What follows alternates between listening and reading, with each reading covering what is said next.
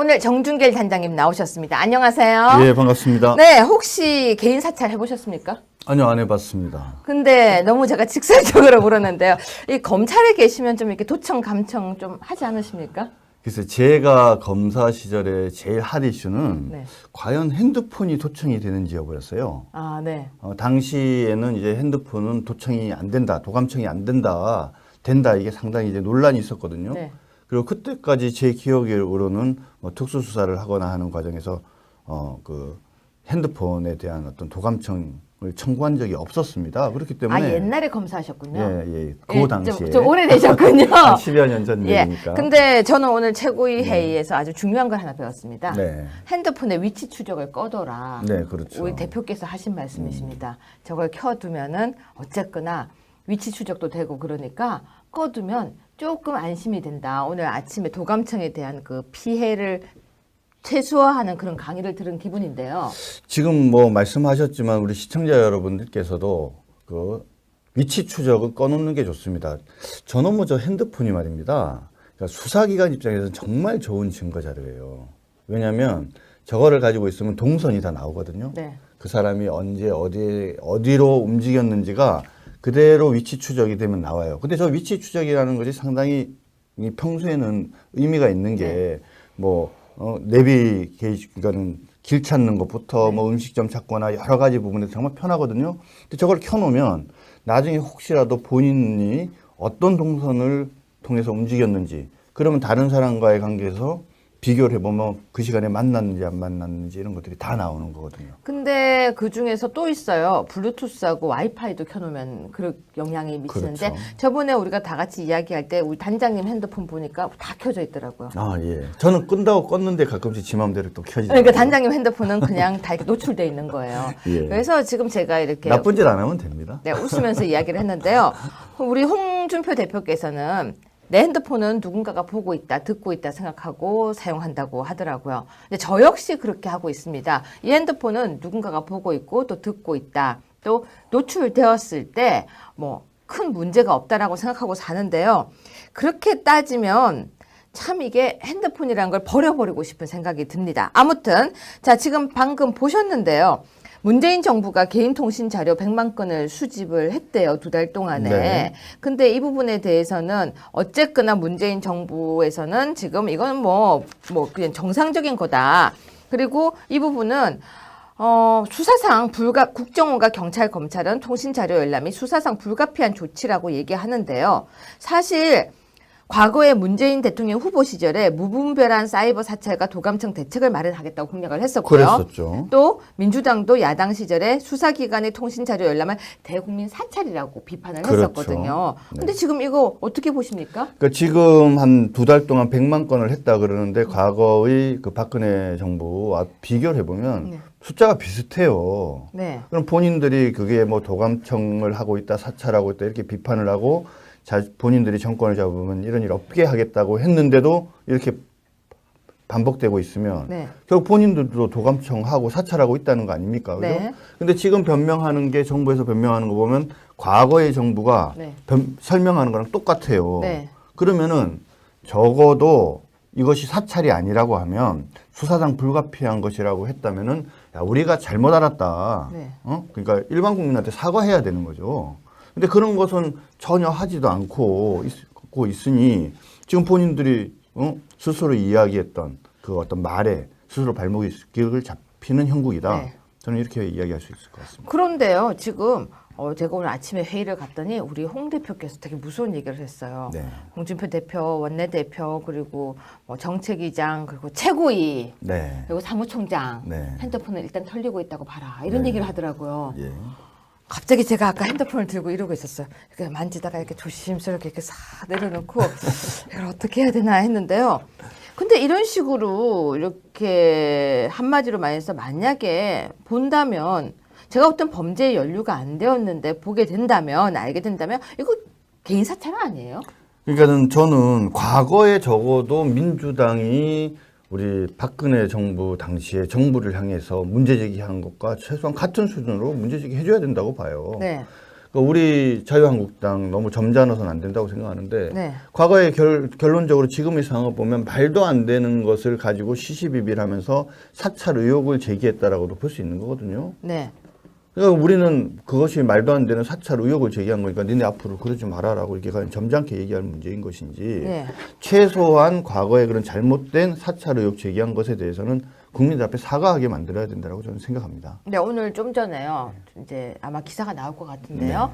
홍 대표의 수행 비서의 핸드폰이 털렸대요. 그래요? 사찰을 당했대요. 네. 그러니까 사찰이라기보다는 뭐 통신 기록을 조회했대요. 네. 근데 군대에서도 조회를 했대요. 군대에서 왜 조회를 해요? 그러니까 제가 지금 여쭤보려고 하는데 무슨 네. 검사 출신이 저한테 질문을 하십니까? 뭐 군인과 관계된 어떤 범죄 공범 내지는 뭐 그런 것일 수 있다 이렇게 하면은 그러니까 법원으로부터 허가를 받아서 그러니까 통신 자료 조회를 할 수는 있죠. 그러니까 이게 지금요. 저는 문재인 대통령 후보 시절에 도감청 대책을 마련하겠다고 무분별한 대책을 마련하겠다고 했는데 네. 하나도 마련이 안 된 것 같아요. 그러니까 그 부분도 지적을 해야 되는 거죠. 자, 너희 과거에 이것을 그러니까 사찰, 감찰 이런 식으로 얘기하고 했는데 잘못된 거면 사과해라. 그 다음에 니네 대책 세우겠다고 하지 않았느냐. 대책 뭐 세웠느냐. 왜 안 세웠느냐. 문제 제기해야 된다. 저는 내일 제 거 혹시 털렸는지 전 통신사에 가서 한번 알아볼 생각이에요. 네네. 그리고 만약에 제게 만약에 감찰, 그러니까 자료 수집이 됐다면 네네. 전 이걸 문제를 크게 삼을 생각이에요. 그렇죠. 왠지 알아요? 원래 이게 그렇게 하면은 본인한테 알려주게 돼 있잖아요. 알려주게 돼 있는데 그렇죠. 근데 그게 제가 그때 법을 만들어봐서 아는데 생각보다 빨리빨리 안 와요. 네네. 한 2달 더 지나고 3달도 지나고 이렇게 도착을 하거든요. 그러니까 첫 번째는 우리 유채구에 대해서 그런 어떤 그 자료에 대한 조회가 있었는지 여부. 제가 먼저 찾아보려고 그렇죠. 하고요. 두 번째 만약에 있었다고 하면은 그것이 제때 통보가 되었는지 그렇죠. 여부. 두 가지 따져봐야 되겠죠. 아니죠, 3가지죠. 전 범죄에 연루된 게 없거든요. 네. 근데 왜 제 걸 갖다가 했는지. 그러니까 이유가 무엇인지 만약에 했다라고 그렇죠. 하면 근거. 이유가 무엇인지. 네, 그래서 그렇게 3가지를 제가 따져볼 생각인데요. 네. 지금 좀 재밌어졌어요. 네. 아마도 뭔가 있을 것 같은 그런 어떤 불길한 예감이 드네요. 하여튼 나오면 저는 방송을 아주 재밌게 찍을 건데 예. 어쨌거나 그래서 제가 지금 눈이 반짝반짝하고 있습니다. 이거 아주 그냥 연휴 끝나는 약간 연휴가 끝나면서 조금 무기력해졌거든요. 왜 연휴라는 게 그렇잖아요. 그 꿈속을 걷다가 온 것 같았는데 갑자기 눈이 반짝반짝해졌습니다. 어쨌거나 국민들에게 어떤 구실을 거쳐가지고 개인정보를 마음대로 뒤질 수 있냐고 막 몰아치던 그 당시 야당이었죠. 민주당과 그리고 문재인 후보 시절의 그 이야기들을 들어보면서요. 야, 역시나 내로남불이라는 생각이 문득 듭니다. 그런데요. 추석 연휴 기간에 문재인 대통령이요. 굉장히 바빴어요. 수제비 먹고 뭐 장도 보러 가고 그랬는데요. 안동 화해마을을 방문한 뉴스가 보도됐었어요. 네, 안동을 방문해서 제조산하와 뭐 징비 정신 되새긴다. 뭐 이렇게 적었대요. 도대체 제조산하이? 이게 무슨 이렇게 어려운 말을 적었습니까? 예, 지금 왜 문재인 대통령이 그 많은 데 중에 안동을 갔느냐. 네. 이제 여기에 대해서 먼저 좀 말씀을 드리고 시작하는 게 좋을 것 같은데요. 네. 그러니까 TK 지역 방문을 한 번도 하지 않았죠. 그래서 TK 지역의 최초 방문지로서 안동을 택한 것 같고, 그 다음에 국내 여행을 활성화하겠다라는 그런 어떤 정치적 의도를 관찰하기 위해서 안동을 방문을 한 것 같습니다. 네. 근데 특히 그 안동을 방문한 이유 중에는 바로 안동은 유명한 안동 김 씨와 또 안동 권 씨가 있지만 바로 서해 유성룡 선생님. 헛제사 밥 먹으러 간 거 아니었어요? 아예 아닙니다. 저는 하도 수제비 먹고 이렇게 먹으러 다니고 그러길래 헛제사 밥 먹으러 안동 간 줄 네. 알았습니다. 유성룡 선생의 이 서당도 이제 거기에 있어요. 네. 근데 네. 잘 아시겠지만 서해 유성룡 선생은 그 조선 선조 시대에 영의정을 하고 네. 이순신 장군을 추대했던 아주 유명하신 분 아닙니까? 그렇죠. 그래서 뭔가 이런 서해 유성룡과 관계된 징비에 관계된 얘기를 하려고 갔는데 네. 제조산하라는 것은 뭐냐면 나라를 다시 일으켜 세운다 이런 뜻입니다. 네. 이순신 장군께서 임진왜란 당시에 상당히 그 당시 여러 가지 어려움을 겪고 있었던 유성룡 선생께 격려하는 의미로 이 제조산하라는 말을 보냈대요. 네. 이거를 달리 표현하면은 결국은 나라를 다시 일으켜 세우겠다라는 건데 그럼 어떻게 나라를 일으켜 세우려고 하느냐? 지금의 현재 분위기나 상황을 봐서는 바로 적폐청산을 통해서 나라를 세우겠다라는 것 같고요. 그런 측면에서 또 유성룡 서예 유성룡이 쓴 징비록이라는 책 알고 계시지 않습니까? 네. 그래서 징비의 의미는 전에 있었던 잘못과 비리를 경계에서 삼가한다 그런 뜻이지 않습니까? 네. 그래서 두 가지를 결합을 해서 바로 이 적폐청산을 통해서 제대로 나라를 다시 이렇게 세우겠다라는 의지를 보여준 것이다. 이렇게 볼 수밖에 없을 것 그러면 같습니다. 개인 사찰은 안 했겠네요. 네? 개인 사찰은 안 했겠네요. 아니죠. 적폐청산을 하기 위해선 적폐청산은 결국은 인적청산으로 연결될 수밖에 없는 그래도 거고. 설마 징비 뭐 설마 이렇게 나쁜 편법을 써서 하진 않았겠죠. 그런데요. 네. 여러분 이거 제가 이제 저희 자료화면 들어갈 거예요. 자료화면 들어갈 거니까 그냥 뿌옇지만 대충 보시고요. 자료화면 저희 PD가 아주 상세하게 친절하게 넣어주실 건데요. 여기 가서요 사진을 찍었어요. 사진을 찍었는데 안동 양반집에 올라가서요 옆에 여성분하고 사진을 찍었는데 구두발을 신고 그 집에 이렇게 올라갔어요. 보셨어요? 네, 봤습니다. 그게 구두 신고 올라가는 데인가요? 아니죠. 아마 그 개인 집 내지는 뭐 어떤 그 문화재 같은데요. 네. 적어도 그렇게 신발을 신고 마루에 올라가는 것은 기본 예의에 반하는 거 아니겠습니까? 아무튼 탁현민이 옆에 없어서 이런 일이 생기지 않았나 싶습니다. 혹시 신발이 낡아서 탁현민이 낡은 신발 보여주려고 신고 올라가라고 한 거 아닐까요? 글쎄요, 잘 모르겠네요. 네. 근데 사실 지금 그 사진 말고 또 재미난 사진이 하나 더 있어요. 뭔데요? 이 하회 마을에 네. 그 아주 유명한 무형문화재가 하나 있습니다. 하의 별신구 탈. 예. 네. 이제 공연을 하는데 네. 과거에 노무현 대통령도 갔을 때 그걸 봤는데 네. 문재인 대통령도 그걸 관람을 했습니다. 네. 그런데 무슨 일이 생겼냐? 거기에 이제 이 구슬 이렇게 어깨 별신구 탈놀이를 하는데 중간에 그걸 이끄는 사람이 있어요. 네, 네. 그 사람이 탈을 쏘고 쑥 한 바퀴를 돌다가 네. 갑자기 문재인 대통령 앞에 가서 손을 딱 잡습니다. 네. 딱 잡고 이렇게 세워요. 네. 그러니까 마치 기다렸다는 듯이 나와갖고 어깨춤을 덩실덩실 춥니다. 네. 그 사진이 찍혔어요. 네. 그리고 그 사진이 언론에 상당히 보도가 됐는데 그림이 그럴듯합니다. 네. 이거는 또 탁현민의 작품이 아닐까. 그러면 탁현민이 따라갔네요. 아니요. 그러니까 내용을 보니까 요거는 준비해서 따라가면서 네. 이렇게 하라고 얘기를 했을 가능성이 있어 보이는데 네.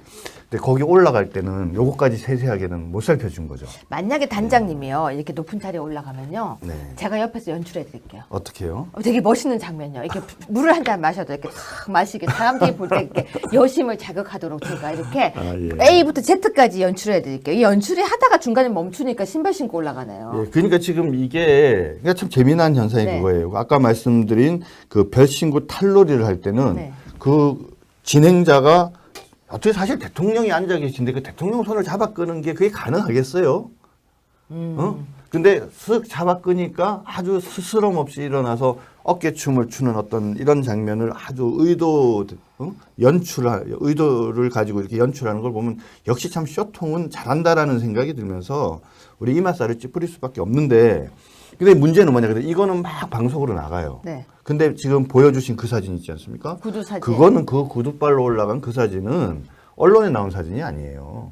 지역에서 그걸 보시던 분이 화가 나가지고 그 장면을 사진을 찍어갖고 개인 SNS에 올린 걸로 그렇게 알고 있거든요. 맞아요. 네네. 그래서 지금 이게 여기에서 이게 뭐냐라고 이렇게 자, 내 일찍이 안동의 방가 마루에 구두발로 오른 자는 외정 때 일본 헌병놈밖에 없었다는 소리를 듣고 자랐다. 사정이 그러한데 어찌 이와 비슷한 일이 광복 70년이 넘어선 대명천지 개명된 세상의 오늘에 있어 그것이 내 눈앞에 전개된단 말인가. 참으로 부끄럽도다. 제가 한 말 아니에요. 보세요. 절대 제가 한 말 아닙니다. 진짜로 이렇게 해가지고 멋있게 써 있었습니다.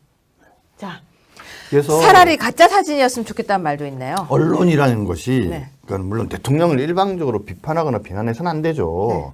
근데 이렇게 좋은 점만 보여주려고 하고 이런 문제된 장면들은 전혀 언론에 노출되지 않는 이 상황을 보면 언론이 기울어도 상당히 기울었다라는 걱정을 하지 않을 수 없고요. 네. 결국은 다수의 국민들이 있는 그대로의 진실과 실체를 보는 것이 아니라 조작된 그죠? 연출된 이런 것밖에 볼 수 없다라고 하면 과연 제대로 된 판단을 하실 수 있을지 그런 점이 걱정이 되네요.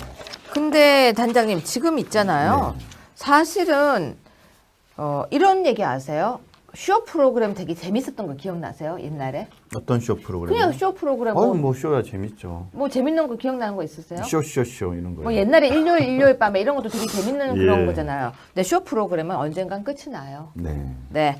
자, 그런데 연휴가 있었는데요. 혹시 영화 보셨어요? 연휴 동안?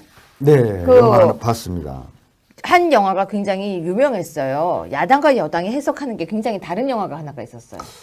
예, 본 것 같네요. 저는 남한산성이라는 영화를 봤는데. 그 영화가요. 예. 거의 모든 사람이 지금 다 보고 있어요. 예. 예. 우리 홍 대표도 보셨고 또 이제 모든 사람들이 야당과 여당에서 그 영화를 보고 어쩜 이렇게 해석이 다른지. 네네. 그리고 어떤 사람들은 그게 나오는 주인공들을 누군 누구 같다 이러고 있는데요. 네네. 단장님은 그 영화 보고 어떠셨습니까?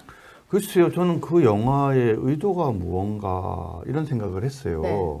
결국은 흔히 말할 때 바로 인조죠. 네. 인조가 그 삼전도의 치욕을 당하게 된 것은 네. 결국 징비 정신, 징비를 하지 않았다. 유성룡이 그토록 징비록을 쓰면서까지 이야기를 했는데 제대로 준비를 하지 않아서 그런 것이다. 네.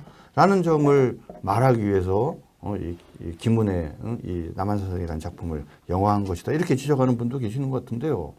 제가 보기에는 정말 징비를 제대로 하지 않았다고 깊이 반성해야 될 분이 저는 문재인 대통령 같은데 문 대통령이 그것을 보고 무슨 감동을 받았다고 얘기를 하니까 좀 이상한 것 같아요. 저는 왜 감동받았는지 알아요. 예. 인사 참사를 본인이 하셨잖아요. 네. 네, 절대 하지 말아야죠. 그러니까 본인이 인사 참사하고 아직 내각도 구성이 안 됐으니까 네.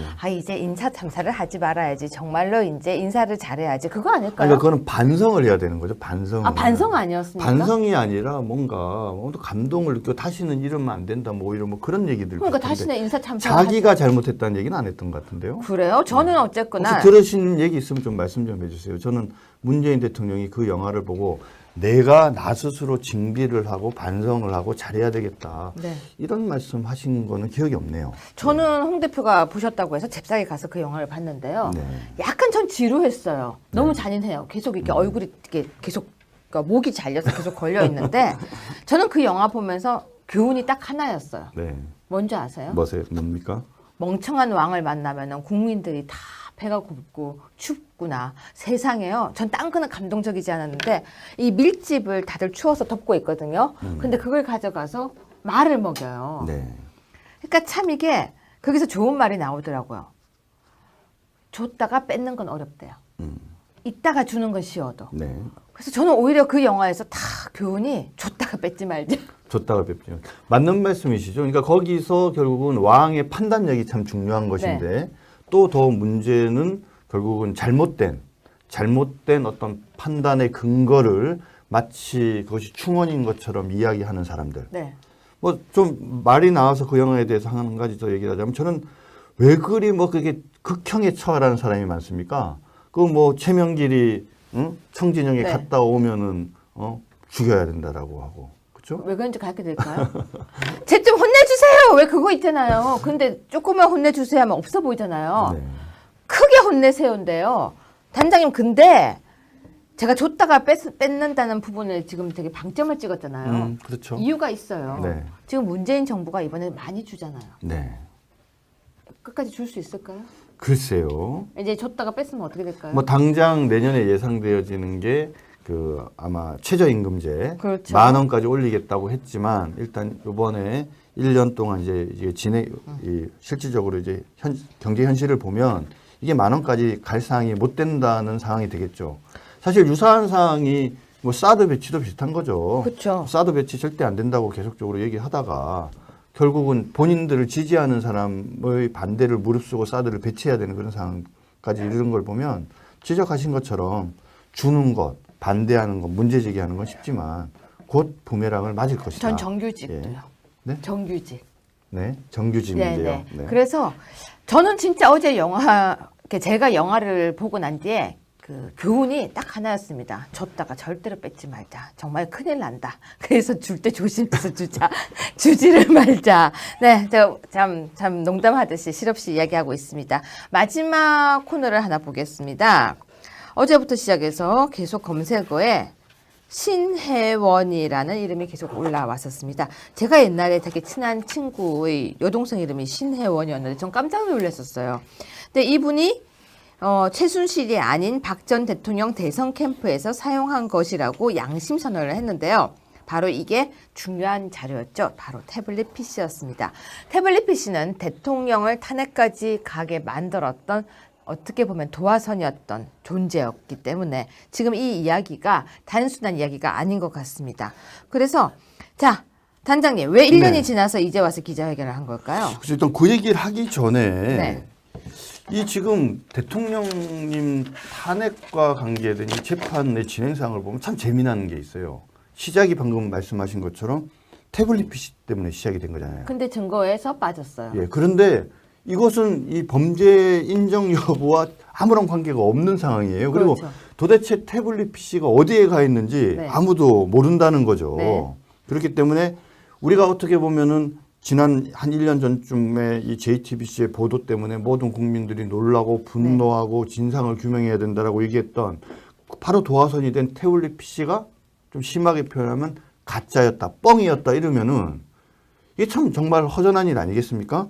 이제 그러한 연장선상에서 신혜원이라는 분이 계시는데 저는 초등학교 때 제 3학년 때 짝꿍 이름이 신혜원이래 가지고 그래서 그 친구인가 하고 봤는데 아닌 것 같은데 네. 한 1년이 지난 다음에 지금 기자회견을 했어요. 제일 먼저 지금 나오는 이유가 왜 양심선언이 늦어졌냐 이제 이 문제인데 지금 신혜원 씨는 이렇게 설명을 하고 있습니다. 당시에 워낙 언론이 한쪽 방향으로 기울어져 있었기 때문에 다른 언론을 신뢰하기가 어려웠다. 네. 그다음에 그 태블릿 PC가 내 PC 같기는 한데 도대체 그 내용이 네. 태블릿 PC 안에 있는 내용이 무엇인지 모르니까 볼 수도 없는 상황이니까 내용을 확인할 수 없었다. 근데 나중에 시간이 지나서 검찰 측에서 나온 태블릿 PC와 관계된 보고서, 검증 보고서 같은 것들을 보니까 거기에 나온 SNS팀 운영 방안 내용이라든지 전화번호 목록이라든지 카카오톡 내용이라든지 다운받은 문서 내용이라든지 이런 여러 가지들을 종합을 해보니까 네. 아, 이거 그때 내가 쓴 게 맞는 것 같다라는 이제 판단이 들어서 네. 그래서 이제 한 거죠. 그런 측면에서 양심 선언이 늦어진 이유에 관해서 뭐 문제 제기를 할 수는 있는 것 같은데 신혜원 씨가 이렇게 설명하는 내용들을 들어보면 이것을 신중하게 나름대로 해야 되지 않겠습니까? 그런 측면을 고려하면 이것이 자꾸 늦었기 때문에 뭔가 진실이 아닌 것 같다. 이런 방식으로 문제 제기하는 거는 참으로 부적절한 지적인 것 같습니다. 네. 그런데요, 지금 JTBC 보도는 가짜 뉴스, 사기 뉴스가 그러면 될 수 있는 거 아닙니까? 그렇게 된다면? 사실은 그렇죠. 우리가 지난 대선 과정에서 JTBC 방송 보도에 대한 방송통신심의위원회 어떻게 저희가 신청을 한 것이 있었는데 거기서도 이런 JTBC 방송에 문제가 있었다는 취지의 결론이 났던 것으로 알고 있고요. 월간 조선 2017년 10월호에 보면은 그 박근혜 전 대통령 탄핵의 도화선이 된 태블릿 PC에 관한 아주 재미난 기사가 나와 있습니다.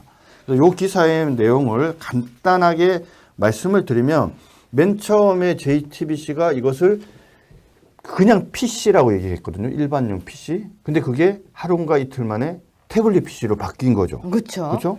그다음에 입수 경위도 모 기자가 자기가 가가지고 심승희 그것을 기자였죠. 예, 뭐 이름을 얘기하기 그래서 좀 아니 그런데. 왜 제가 밝히냐면요. 예. 이건 어차피 뉴스가 나갔었고요. 예, 맞습니다. 예, 제가 이건 이름을 밝혀야 되는 게 그 당시에 굉장히 확신에 차서 본인이 가져왔다고 방송을 했기 때문에 실명제. 요즘요 사과도 실명제고요, 쌀도 그렇네요. 실명제니까 그 맞습니다. 기자를 심수미 실명제를 기자. 왜 보호하세요? 예, 예. 네. 아니 뭐 보호하려고 한 건 아니고요. 네. 그래서 심수미 기자가 뭐라고 얘기를 했냐면 본인이 가가지고 충전기를 끼워갖고 봤다 이렇게 그럼요. 얘기를 했는데 네. 실제로 나중에 그 당시에 그 경비를 했던 노모 씨라는 분이 이제 증언을 했는데 결국 내용을 종합해 보면 태블릿 PC를 가져간 사람은 바로 JTBC의 김필중 기자라는 사람이라는 네. 거죠. 그러니까 왜 굳이 JTBC가 그것을 가져간 기자가 심 기자가 아니라 김 기자인데 심 기자라고 사실과 다르게 얘기를 했으며 그렇죠. 또 남자 여자도 다르잖아요. 굳이 과연 이렇게 얘기한 이유가 뭔지도 문제고 또 문제는 뭐냐면 당시에 거기는 사무실이 방치돼 있었다라고 얘기를 했지만 그렇지 않고 보안업체인 캡스가 관리를 하면서 그 출입구에 지문인식 시스템 알고 계시죠? 네. 그래서 그 지문인식 시스템이 설치되어 있었기 때문에 그 지문이 인식될 수 있는 사람만 들어갈 수 있는 구조였는데 거기에 지문이 등록된 사람이 고영태, 박헌영, 전지영 뭐 이런 사람들이었다는 거죠. 그러니까 아무나 드나들 수 있었던 곳이 아니라는 거죠. 더 문제는 뭐냐? 이 태블릿 PC가 계속적으로 재판 과정에서 문제가 됐었어요. 그런데 지금까지 그 검증을 하기로 결정이 아직 안 된 상태인데 지금 중앙지법에 제출된 검찰의 태블릿 PC 분석 보고서의 내용에 따르면 거기에 PC 안에 사진이 1,900장이 넘게 있대요. 1,900장. 그죠? 근데 그 중에 최 씨와 관련 있는 사진은 단 2장이라는 거예요. 근데 그때 우리 시청자 여러분 아마 기억이 날 거예요. 거기에 많은 자료가 있고 관계된 수많은 사진들이 있는데 그중에 뭔가 대표적인 사진을 보여준 것처럼 했는데 사실은 그때 보여준 자료가 이 태블릿 PC 분석 보고서에 따르면 다라는 거죠. 그러니까 표현이 뭐냐? 거의 99.9%가 최 씨와 아무 관련이 없는 사진이라는 거예요. 그런데 그럼 그것이 어떻게 과연 최순실이 사용했던 것이냐라는 거죠. 그리고 거기 사진을 보면은 뭐 여성, 어린 여자애, 유치원생 뭐 이런 애들이라는 거죠. 그래서 그게 오히려 뭐 행정관이 쓰던 거 아니냐라고 사진만을 보면 그런 생각이 든다는 거죠. 근데 제 기억에는 그 당시에 그 조카 있었잖아요. 네. 시호. 네. 그 시호가 그게 이모거 맞다라고 증을. 그래 지금 뭐냐면 우리 이제 시청자 여러분들께 그 설명을 드리려고 그러는데 이 사건과 관계에 대해서 등장한 태블릿 PC는 모두 세대예요. 그러니까요. 네. 그래서 지금 방금 말씀하신 JTBC가 특종을 해서 거기에 뭔가 대단한 자료가 있는 것처럼 얘기했던 그것이 첫 번째 태블릿 PC인데 방금 말씀드린 것처럼 그 자료 안에는 실질적으로 이 최순실과 관계된 자료가 없고 특히 당시에 제일 문제가 됐던 게 뭐였습니까? 무슨 드레스덴 연설문인데 네. 그것을 마치 미리 최순실한테 그거 보내서 고쳤다고. 뭐 고쳤다 뭐 고칠 이런 수 없는 PDF 파일이에요. GIF 파일이라고요. 그러니까는 그 파일 자체를 전송을 해준 거죠. 그러니까 그냥 볼 수만 있는 거지 고칠 수 없는 거죠. 자, 지금 이 부분은 일단 더 나와야 되기 때문에 제가 오늘은 많이는 다루지 않을 건데요. 얘기한 김에 나머지 PC 2개 얘기만 좀 마저 할게요. 다른 PC 하나는 방금 말씀하신 최순실 조카 장시호가 특검에 가가지고 뭔가 대단한 것이 있는 것처럼 그 제출한 태블릿 PC고 당시 특검에서 뭐라고 얘기했습니까? 거의 그 장시호를 보석처럼 다뤘잖아요. 그렇죠? 완전 복덩어리 뭐 이런 식으로. 근데 그 안에도 무슨 삼성과 관계된 자료가 일부 있었는지 모르지만 최순실과 관계된 자료들은 거의 없었기 때문에 사실상 증거로서 별 의미가 없었고 마지막 PC가 뭐냐? 고영태가 2016년 10월 말쯤에 검찰에 제출한 또 PC가 하나 있어요. 근데 그 PC에도 아무것도 들어있지 않았다는 거죠. 그러면은 지난 1년 동안 우리 대한민국을 경천동지하게 만들었던 그리고 사상 초유의 탄핵까지 이르게 만들었던 그 이유와 원인이 됐던 바로 JTBC 단독 특정 보도인 바로 그 태블릿 PC에 관한 이 보도가 이게 도대체 육하 원칙에 따른 제대로 된 실체가 있는 보도였는지 여부는 이거는 두고 따져봐야 된다라고 생각을 합니다. 자, 그런데요. 저는 그 당시 태블릿 PC가 가짜다 진짜다 말이 많을 때 저는 이런 생각이 들었습니다. 서로가 다 자기 건 아니라고 해요. 근데 임자가 안 나타났었어요. 근데 임자가 나타났어요. 그러면 그 임자 거예요. 그러면 태블릿 PC 때문에 이 사건이 발생했는데 이제 수습은 어떻게 해야 되죠? 이제 어떻게 수습할 건지에 대한 정말 저는 의문이 듭니다. 아마도 현 여당에서나 여당을 지지하는 사람들이 이렇게 얘기할 거예요. 기양지사 이미 지난 일 그만하자. 아마 그렇게 나올 거예요. 아, 그만해. 네. 그거 우리 대선 때 많이 들었던 말 아니에요? 그렇게 나오지 않겠어요? 이미 뭐 그럼 대통령 탄핵도 다 되고 뭐 대통령 선거도 하고 정권도 바뀌고 그랬는데 그러면 이거를 뭐 없던 일을 할 수 있겠어? 지나간 것은 지나간 거대로 넘어가야지. 그런데요, 단장님, 고마할 게 따로 있지. 우리 야당, 제1야당은 뭐 고마해 하면 네 그러나요? 아니 걔네 그 사람들이 고마해 그럴 때 방금 말씀하신 것처럼 그래 고마하자 이렇게 해서 될 일이 아니지 않냐. 라고 말씀드립니다. 네, 그래서 일단 태블릿 PC 신혜원 건은 여기서 마무리하는데요. 지금 방금 방송을 찍고 있는 도중에 벌써 기사가 올라오기 시작했습니다. 아침에 제가 이제 최고위에서 했던 내용인데요. 홍준표 수행비서전화도 문정부 군검경서 통신조회 정치 사찰이라고 나왔습니다. 제가 분명히 최고위에서 발표했던 건데 제가 발표가 끝나자마자 홍 대표께서 바로 본인의 사례를 이야기하는 밤에 저는 기퉁이의 이름이 조금 나왔습니다. 암튼 이게 정치 사찰이든 아니면 개인 사찰이든 아니면은 정말 이렇게 민간 사찰이든 전 다른 건 중요하지 않습니다. 했다면 왜 했는지 그리고 근거가 무엇인지 100만 건이나 2달 동안 수집한 이유가 무엇인지 그냥 넘어가서는 안 될 거라고 생각하는데요. 묘한 건 어제 이게 단독으로 TV조선 단독이었고 12시간 동안 다른 데서는 하나도 뉴스를 안 받았다는 겁니다. 다른 곳에서 설마 뉴스를 받지 않을까요? 앞으로도요. 이게 그냥 지나갈 건 아니라고 생각하는데요. 어쨌거나 아침에 회의에서 나왔더니 지금 계속해서 기사는 지금 나오고 있습니다. 왠지 제가 최고가 되어서 제일 뿌듯한 날인 것 같습니다. 묻힐 뻔한 기사를 끄집어내오는 역할이 우리 적반하장이 해야 되는 역할 같기도 하고 사명 같기도 합니다. 단장님 지금 이제 이 태블릿 PC도 그렇고 개인 사찰도 그렇고 해야 될 내용들이 이제 많은 것 같고 국감이 시작되니까 아무래도 네. 방송을 다뤄야 될 내용들이 많아진 것 같습니다. 그렇죠. 예, 지금 이제 우리 적반하장이 사실은 11월부터 많은 개편이 있을 것 같아요. 네네. 10월달 한 달은 유보를 했습니다. 원래는 어떤 사람이 저한테 댓글을 써놨어요. 9월 말까지만 네가 한다며 왜 아직도 하냐 뭐 이렇게 좀 시비를 또 걸어놨는데요. 그런데 10월 달까지는 좀 알차게 구성을 한번 해보려고 합니다. 단장님도 좀 많이 도와주셔야 될 것 그럼요. 같습니다. 왜냐면요, 이게 다른 게 아니고 진짜 태블릿 PC라든지 개인 사찰 부분이 나오게 되면은 단장님 주특기가 아닐까 싶습니다. 네네. 네. 뭐 불숲에 뛰어들라는 말씀이신 것 같은데요. 기꺼이 뛰어들겠습니다. 아유, 뭐 그러지는 않겠습니다. 자, 시청자 여러분, 2017년 10월 9일 한글날입니다. 빨간 날짜는 오늘로써 끝이 나고요. 내일부터는 다시 시작 아닌 시작, 화요일부터 시작입니다. 여러분 또 많은 기사들이 이렇게 나오고 있는데 기분이 어떠십니까?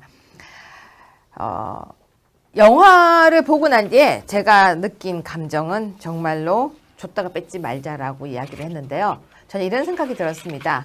충신과 간신도 한끗 차이다. 왜냐면요. 아무리 충신도 옆에서 제 혼자 이상한 이야기 합니다라고 하니까 간신처럼 보이기도 합니다. 즉 오른손 자비가 왼손 나라에 가서 바보가 되듯이 그리고 원숭이 나라에 사람이 바보가 되듯이 정말 진짜 진정한 충신이 바로 설 수 있는 것은 참 힘든 것 같습니다. 그런데요. 결론은 똑똑한 왕은 구분을 할 수 있다는 것입니다. 탁현민 언제 나가십니까? 저는 기승전 탁현민입니다. 계속해서 쇼하지 마시고요. 이제쯤 이제 나가야 될 것 같은데. 탁현민 못 나갈 것 같아요. 왜냐하면은 탁현민이 이렇게 세심하게 관찰하지 않으니까 이렇게 신발 신고 올라가잖아요. 그러니까 탁현민이 더 필요하다 이렇게 되지 않을까요? 탁현민이 만약에 한 거면 나가지 않을까요? 탁현민이 한 것 같진 않아요. 탁현민이 한 거면 나갈 거라고 생각하겠습니다. 아니요, 탁현민은 그동안 잘했기 때문에 이번에 한번 실수해서 괜찮아 앞으로 잘해 그럴 거예요. 그런 건가요? 예, 예. 네, 탁현민. 참 표창원도 가서 토론하러 가야 되는데. 언제 가십니까? 표창원 토론도 해야 되는데. 네. 네, 연휴가 끝난 것 같습니다. 내일 다시 찾아오겠습니다. 고맙습니다.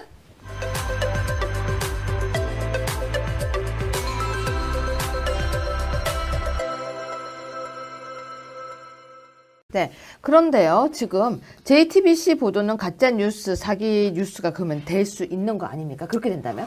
사실은 그렇죠. 우리가 지난 대선 과정에서 JTBC 방송 보도에 대한 방송통신심의위원회 어떻게 저희가 신청을 한 것이 있었는데 거기서도 이런 JTBC 방송에 문제가 있었다는 취지의 결론이 났던 것으로 알고 있고요. 월간 조선 2017년 10월호에 보면은 그 박근혜 전 대통령 탄핵의 도화선이 된 태블릿 PC에 관한 아주 재미난 기사가 나와 있습니다. 그래서 이 기사의 내용을 간단하게 말씀을 드리면 맨 처음에 JTBC가 이것을 그냥 PC라고 얘기했거든요. 일반용 PC. 근데 그게 하루인가 이틀 만에 태블릿 PC로 바뀐 거죠. 그렇죠. 그렇죠? 그다음에 입수 경위도 모 기자가 자기가 가가지고 심수미 그것을 기자였죠. 예, 뭐 이름을 얘기하기 그래서 좀 아니 그런데. 왜 제가 밝히냐면요. 예. 이건 어차피 뉴스가 나갔었고요. 예, 맞습니다. 예, 제가 이건 이름을 밝혀야 되는 게 그 당시에 굉장히 확신에 차서 본인이 가져왔다고 방송을 했기 때문에 실명제. 요즘요 사과도 실명제고요, 쌀도 그렇네요. 실명제니까. 그 맞습니다. 기자를 심수미 실명제를 기자. 왜 보호하세요? 예, 예. 네. 아니 뭐 보호하려고 한 건 아니고요. 네. 그래서 심수미 기자가 뭐라고 얘기를 했냐면 본인이 가가지고 충전기를 끼워갖고 봤다 이렇게 그럼요. 얘기를 했는데 네. 실제로 나중에 그 당시에 그 경비를 했던 노모 씨라는 분이 이제 증언했는데 결국 내용을 종합해 보면 태블릿 PC를 가져간 사람은 바로 JTBC의 김필중 기자라는 사람이라는 네. 거죠. 그러니까 왜 굳이 JTBC가 그것을 가져간 기자가 심 기자가 아니라 김 기자인데 심 기자라고 사실과 다르게 얘기를 했으며 어쨌든 남자 여자도 다르잖아요. 굳이 과연 이렇게 얘기한 이유가 뭔지도 문제고 또 문제는 뭐냐면 당시에 거기는 사무실이 방치돼 있었다라고 얘기를 했지만 그렇지 않고 보안업체인 캡스가 관리를 하면서 그 출입구에 지문인식 시스템 알고 계시죠? 네. 그래서 그 지문인식 시스템이 설치되어 있었기 때문에 그 지문이 인식될 수 있는 사람만 들어갈 수 있는 구조였는데 거기에 지문이 등록된 사람이 고영태, 박헌영, 전지영 뭐 이런 사람들이었다는 거죠. 그러니까 아무나 드나들 수 있었던 곳이 아니라는 거죠. 더 문제는 뭐냐?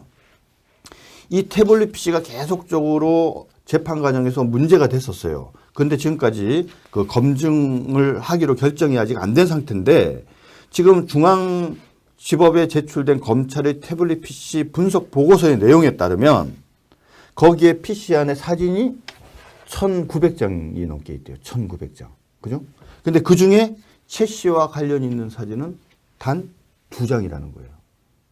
근데 그때 우리 시청자 여러분 아마 기억이 날 거예요. 거기에 많은 자료가 있고 관계된 수많은 사진들이 있는데 그중에 뭔가 대표적인 사진을 보여준 것처럼 했는데 사실은 그때 보여준 자료가 이 태블릿 PC 분석 보고서에 따르면 다라는 거죠. 그러니까 표현이 뭐냐. 거의 99.9%가 최 씨와 아무 관련이 없는 사진이라는 거예요. 그런데 그럼 그것이 어떻게 과연 최순실이 사용했던 것이냐라는 거죠.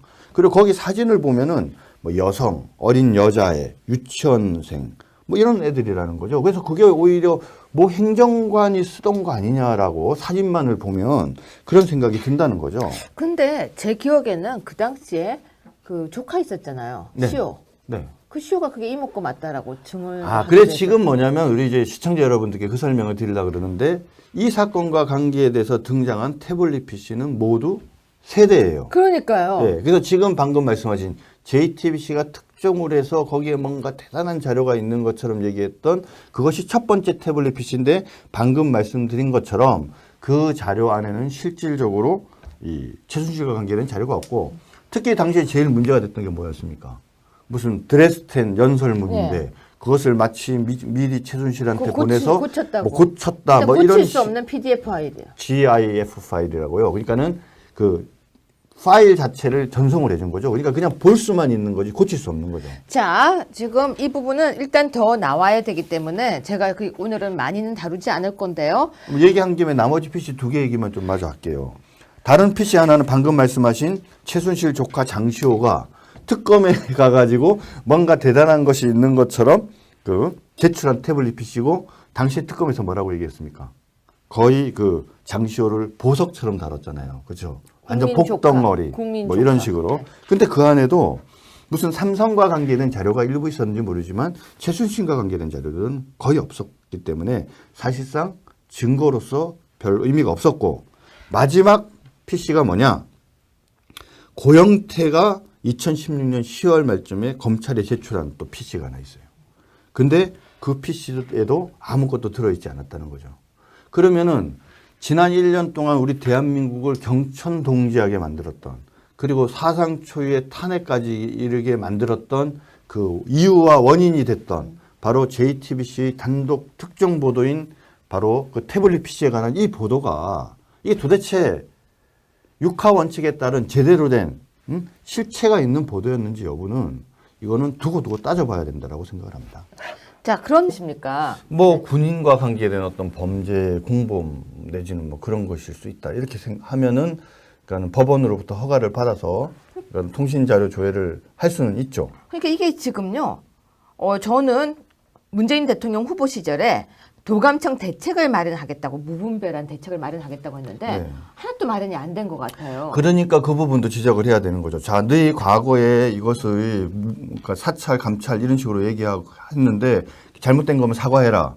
그 다음에 니네 대책 세우겠다고 하지 않았느냐. 대책 뭐 세웠느냐. 왜 안 세웠느냐. 문제제기 해야 된다. 저는 내일 제 거 혹시 털렸는지 전 통신사에 가서 한번 알아볼 생각이에요. 네네. 그리고 만약에 제게 만약에 감찰, 그러니까 자료 수집이 됐다면 네네. 전 이걸 문제를 크게 삼을 생각이에요. 그렇죠. 왠지 아세요? 원래 이게 그렇게 하면은 본인한테 알려주게 돼 있잖아요. 알려주게 돼 예, 예. 있는데 그렇죠. 근데 그게 제가 그때 법을 만들어봐서 아는데 생각보다 빨리빨리 안 와요. 네네. 한 2달 더 지나고 3달도 지나고 이렇게 도착을 하거든요. 그러니까 첫 번째는 우리 유채구에 대해서 그런 어떤 그 자료에 대한 조회가 있었는지 여부. 제가 먼저 찾아보려고 그렇죠. 하고요. 두 번째 만약에 있었다고 하면은 그것이 제때 통보가 되었는지 그렇죠. 여부. 두 가지 따져봐야 되겠죠. 아니죠, 3가지죠. 전 범죄에 연루된 게 없거든요. 네. 근데 왜 제 걸 갖다가 했는지. 그러니까 이유가 무엇인지 만약에 했다라고 그렇죠. 하면 근거.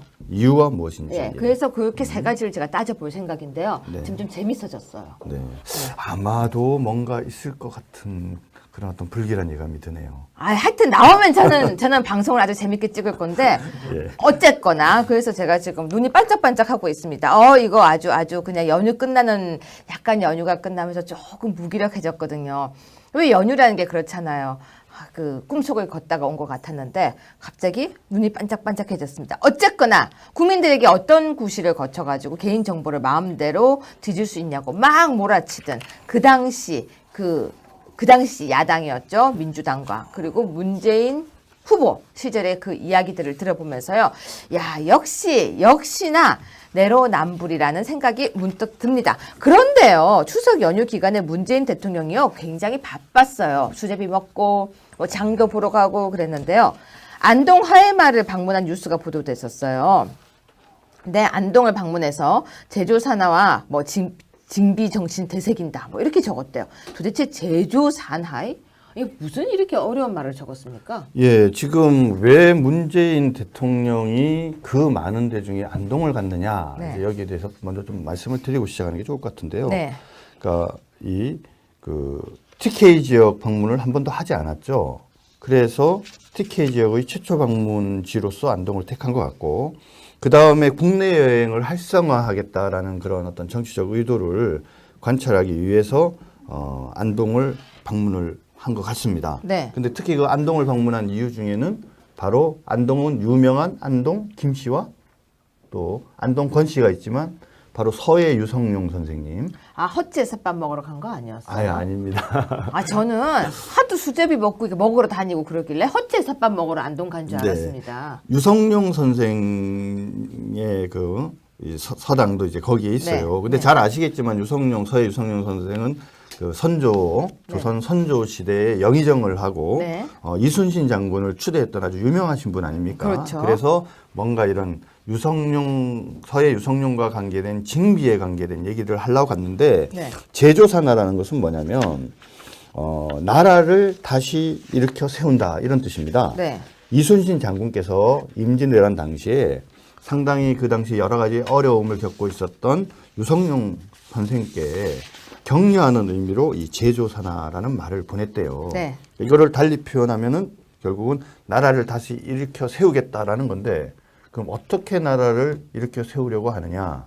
지금의 현재 분위기나 상황을 봐서는 바로 적폐청산을 통해서 나라를 세우겠다라는 것 같고요.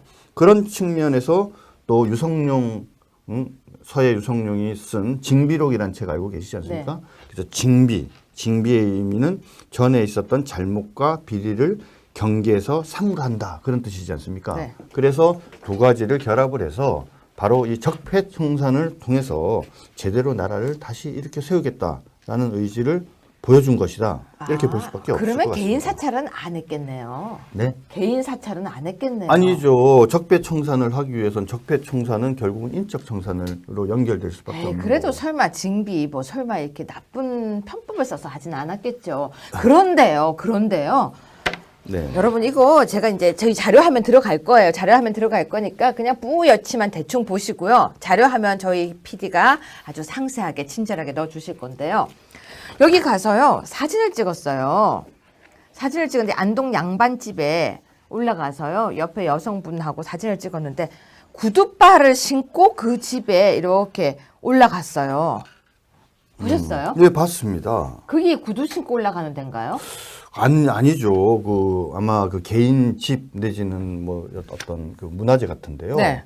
적어도 그렇게 신발을 신고 마루에 올라가는 것은 기본 예의에 반하는 거 아니겠습니까? 아무튼 탁현민이 옆에 없어서 이런 일이 생기지 않았나 싶습니다. 혹시 신발이 낡아서 탁현민이 낡은 신발 보여주려고 신고 올라가라고 한 거 아닐까요? 글쎄요, 잘 모르겠네요. 네. 근데 사실 지금 그 사진 말고 또 재미난 사진이 하나 더 있어요. 뭔데요? 이 하회 마을에 네. 그 아주 유명한 무형문화재가 하나 있습니다. 아하의 별신구 탈. 예. 네. 그 이제 공연을 하는데 네. 과거에 노무현 대통령도 갔을 때 그걸 봤는데 네. 문재인 대통령도 그걸 관람을 했습니다. 네. 그런데 무슨 일이 생겼냐? 거기에 이제 이 구슬 이렇게 어깨 별신구 탈놀이를 하는데 중간에 그걸 이끄는 사람이 있어요. 네, 네. 그 사람이 탈을 쓰고 쏙 한 바퀴를 돌다가 네. 갑자기 문재인 대통령 앞에 가서 손을 딱 잡습니다. 네. 딱 잡고 이렇게 세워요. 네. 그러니까 마치 기다렸다는 듯이 나와갖고 어깨춤을 덩실덩실 춥니다. 네. 그 사진이 찍혔어요. 네. 그리고 그 사진이 언론에 상당히 보도가 됐는데 그림이 그럴듯합니다. 네. 이거는 또 탁현민의 작품이 아닐까. 그러면 탁현민이 따라갔네요. 아니요. 그러니까 내용을 보니까 요거는 준비해서 따라가면서 네. 이렇게 하라고 얘기를 했을 가능성이 있어 보이는데 네.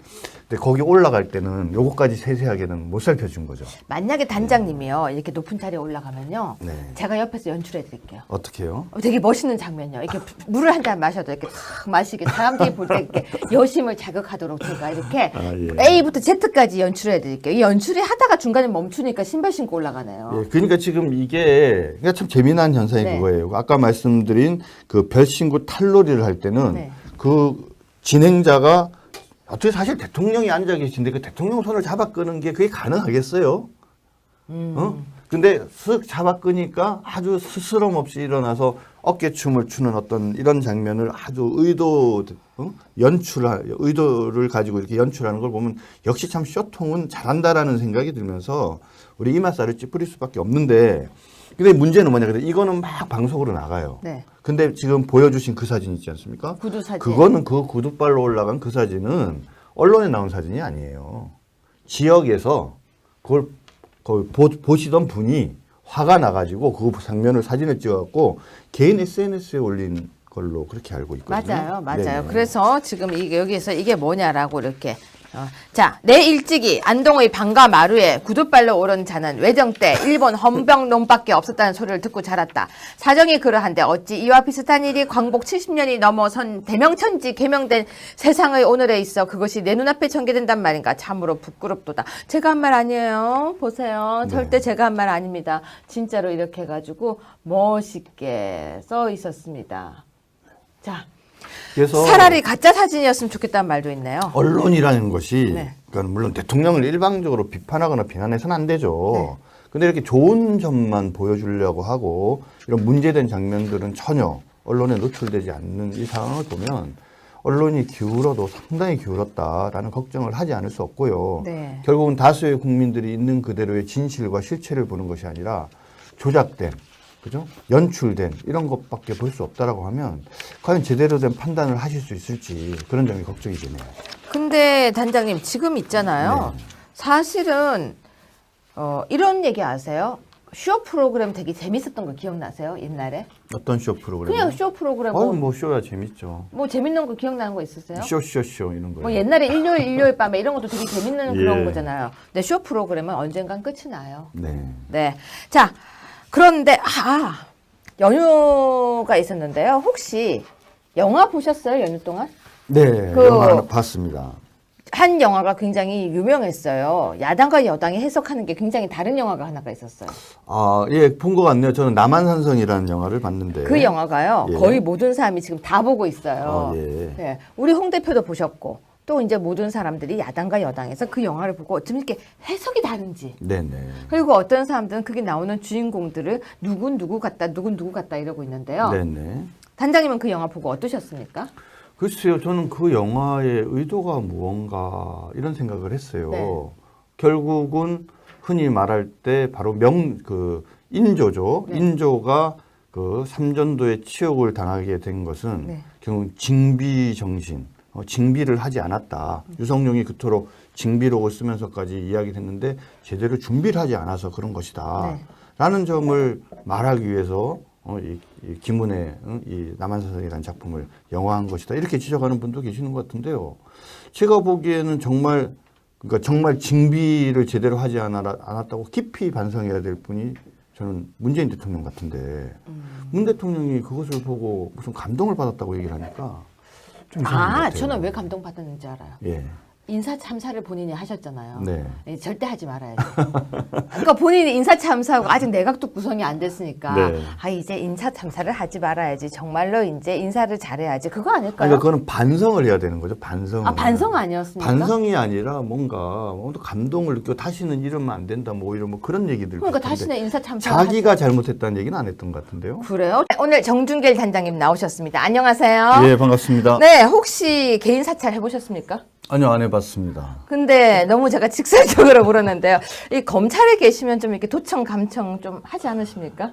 그래서 제가 검사 시절에 제일 핫 이슈는 네. 과연 핸드폰이 도청이 되는지 여부였어요.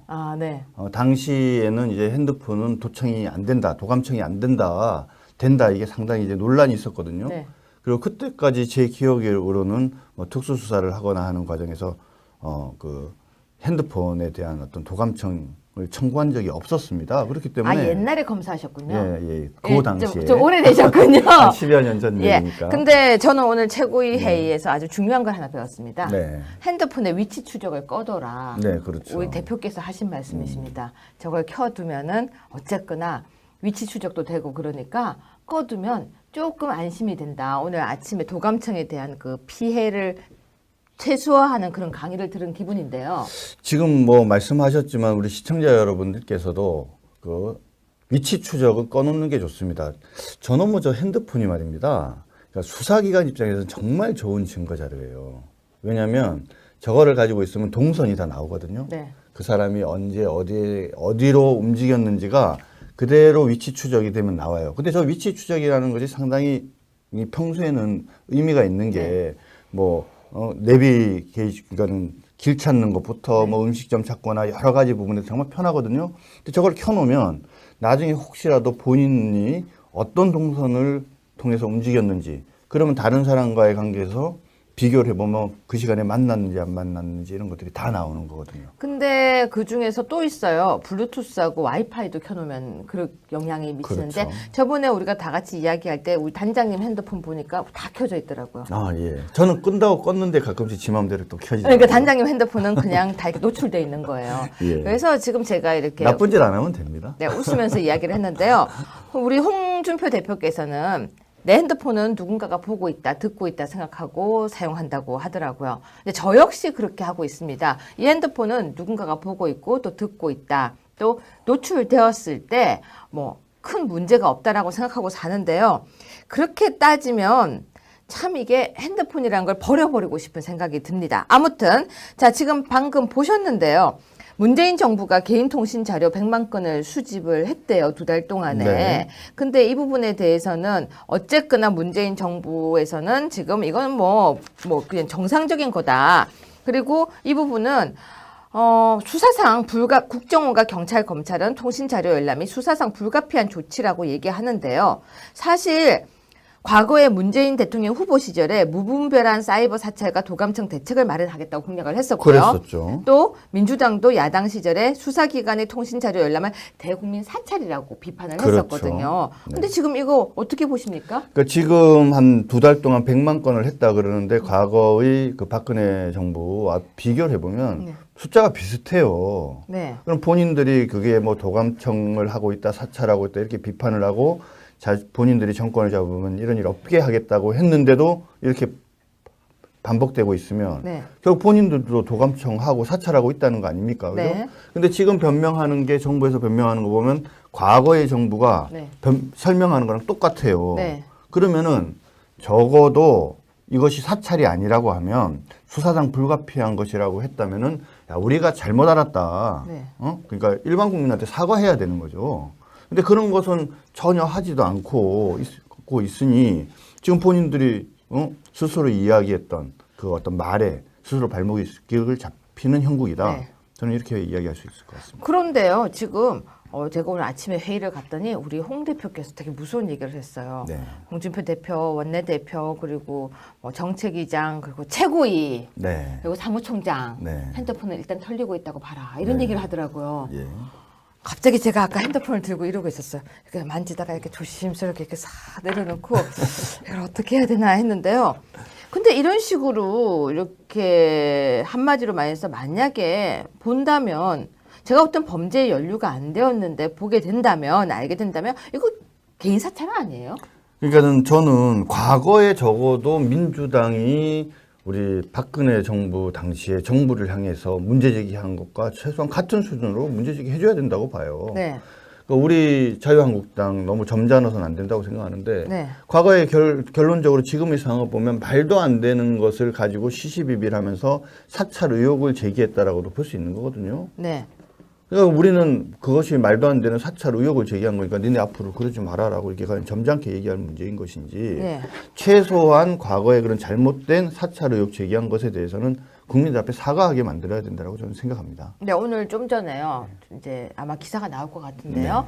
홍 대표의 수행 비서의 핸드폰이 털렸대요. 그래요? 사찰을 당했대요. 네. 그러니까 사찰이라기보다는 뭐 통신 기록을 조회했대요. 네.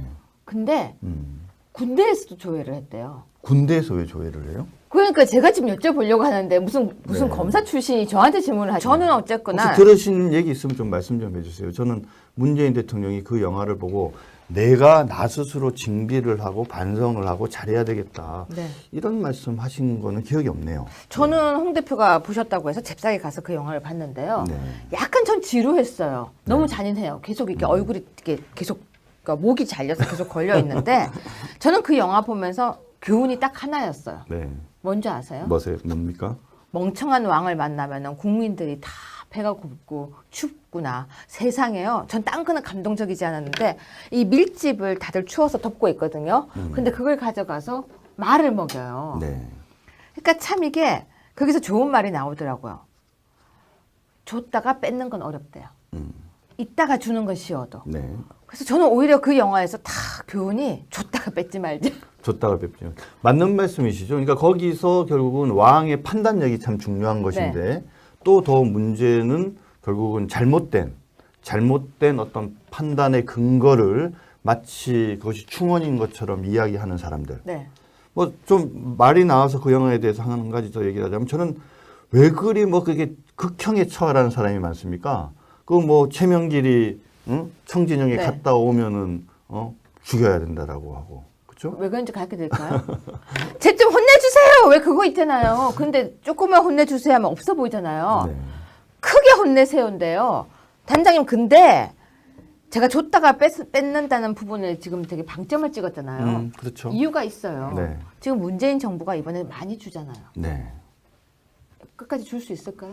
글쎄요. 이제 줬다가 뺐으면 어떻게 될까요? 뭐 당장 내년에 예상되어지는 게 그 아마 최저임금제 그렇죠. 10,000원까지 올리겠다고 했지만 일단 이번에 1년 동안 이제 실질적으로 이제 경제 현실을 보면 이게 10,000원까지 갈 상황이 못 된다는 상황이 되겠죠.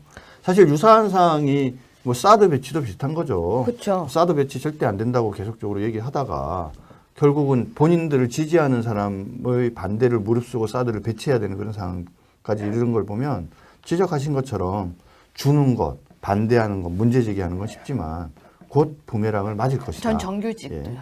네? 정규직. 네, 정규직 문제요. 네. 네. 그래서 저는 진짜 어제 제가 영화를 보고 난 뒤에 그 교훈이 딱 하나였습니다. 줬다가 절대로 뺏지 말자. 정말 큰일 난다. 그래서 줄 때 조심해서 주자. 주지를 말자. 네, 제가 참 농담하듯이 실없이 이야기하고 있습니다. 마지막 코너를 하나 보겠습니다. 어제부터 시작해서 계속 검색어에 신혜원이라는 이름이 계속 올라왔었습니다. 제가 옛날에 되게 친한 친구의 여동생 이름이 신혜원이었는데 전 깜짝 놀랐었어요. 근데 이분이 최순실이 아닌 박 전 대통령 대선 캠프에서 사용한 것이라고 양심 선언을 했는데요.